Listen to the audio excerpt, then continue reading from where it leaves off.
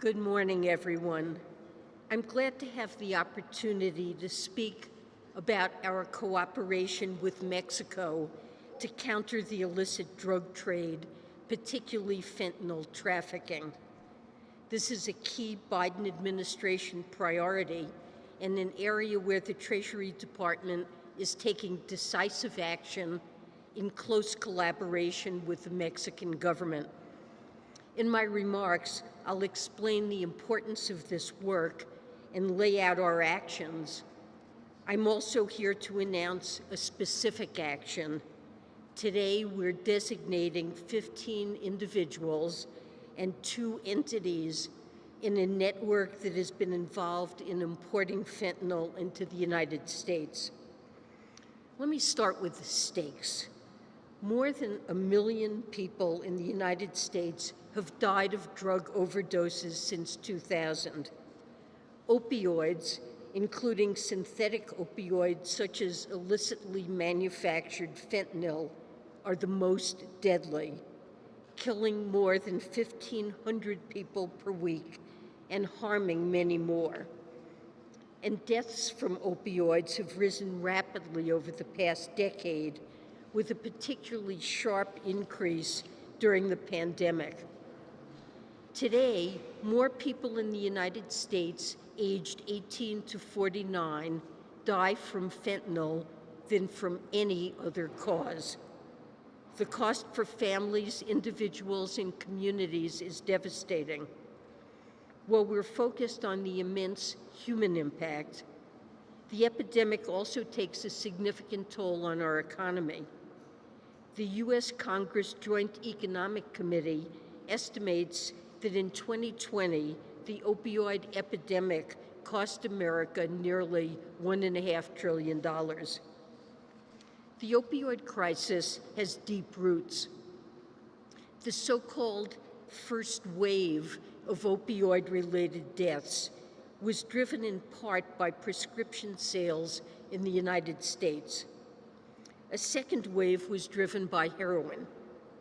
But this shifted in 2016 when fentanyl and other synthetic opioids became the leading driver of drug-related deaths. Today, the majority of precursor chemicals for illicitly manufactured fentanyl come from China and are synthesized into fentanyl in Mexico. Fentanyl is then smuggled across the border into the United States.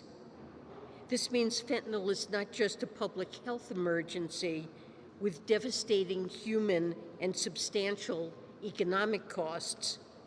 The illicit drug trade is also a significant threat to our national security. And it is, of course, a threat to public safety in Mexico as well. Drug trafficking organizations generate billions of dollars in illicit proceeds every year. They hold some in cash, some in investments such as real estate, and increasingly, though still small in amounts, in digital assets. U.S. financial institutions are vulnerable, such as through exposure to drug trafficking organizations using shell companies.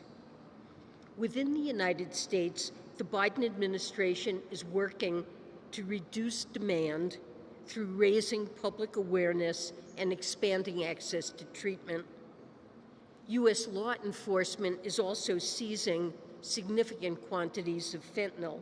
Over 410 million deadly doses have been seized to date this year. But the nature of the illicit drug trade means we cannot end the U.S. opioid crisis and achieve greater security without looking beyond our borders. This July, the administration launched the Global Coalition to address synthetic drug threats, bringing together more than 100 countries and 11 international organizations. And in their November meeting, President Biden and President Xi agreed to resume bilateral cooperation on counter-narcotics, including a focus on the precursor chemicals used for fentanyl. China is now taking enforcement action against illicit suppliers, issuing a notice to its domestic industry and committing to restart law enforcement cooperation on this issue. We appreciate this step, and we're hopeful further cooperation will help stem the flow of precursor chemicals. Treasury's own work is powered by an executive order that strengthened our ability to deploy sanctions, one of the most powerful tools we have to target drug trafficking organizations, their enablers, and financial facilitators. This is one of Treasury's top sanctions priorities, and countering the trafficking of fentanyl, synthetic opioids, and precursor chemicals is especially key. Over the past 2 years, OFAC has designated more than 250 targets for involvement in drug trafficking activities, including individuals and entities contributing to the production of precursors used to manufacture fentanyl, and Mexican drug trafficking organizations that bring it illegally to the United States. Just last week, and thanks to collaboration with Mexican government counterparts, OFAC designated 3 Mexican individuals and 13 Mexican entities linked to CJNG, which traffics a large portion of the illicit fentanyl and other deadly drugs that enter the United States. These individuals and entities had engaged directly or indirectly in timeshare fraud, in which elderly Americans can be robbed of their life savings. These funds are then used to fuel an expansive criminal enterprise. Today, I'm announcing that OFAC is designating an additional 15 individuals and 2 entities affiliated with the Beltran Leyva organization. This cartel has been transporting multi-ton quantities of cocaine and methamphetamine to the United States for decades. And now it's producing and transporting fentanyl as well. These sanctions, alongside other recent designations, will help disrupt this behavior and undermine the broader dangerous network involved in the illicit supply and transfer of fentanyl. As we recently announced, Treasury's approach will also be strengthened by the launch of a strike force, drawing from across Treasury to enable quick and coordinated action to target the illicit financial networks used by fentanyl traffickers. The strike force will allow us to strategically make use of Treasury's expertise in combating illicit finance and our sanctions authorities, law enforcement authorities, and intelligence collection and information sharing tools. Beyond Treasury, the administration's efforts would also be strengthened if Congress funds President Biden's supplemental funding request, which includes $1.2 billion to continue the government's work to stop the flow of illicit fentanyl, including through deploying cutting-edge detection machines at the border. But of course, the United States cannot do this alone.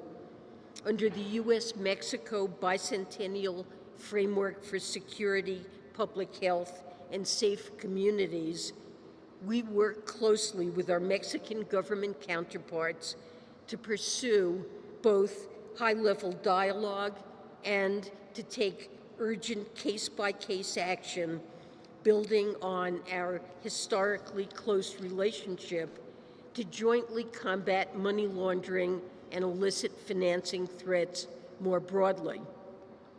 Last August, as part of our strategic dialogue with Mexico's Financial Intelligence Unit, we advanced work streams on financial flow typologies.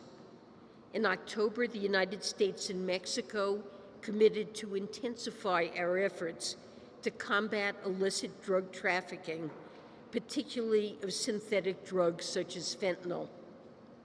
Both our governments also recognize the crucial importance of collaboration with the private sector. The financial sector can be misused far too easily to enable illicit activities, so it must be part of the solution. Treasury hosts an annual public-private banking working group, and we held our first cross-border roundtable in August. And later today, I will meet with the Mexican Banking Association to discuss possibilities for further collaboration between U.S. correspondent banks and Mexican banks going forward. Well, with that, my thanks to all of you for being here today. The work Treasury is pursuing as part of the broader administration's efforts is crucial to ending this health crisis and to strengthening our economy and protecting our national security. This work must be done in coordination with Mexican authorities, and actions like the one taken today are a testament to the concrete impacts of our collaboration. They also bring us one step closer to undermining the global drug trade and achieving greater security and prosperity for our citizens and our nations. Thank you very much.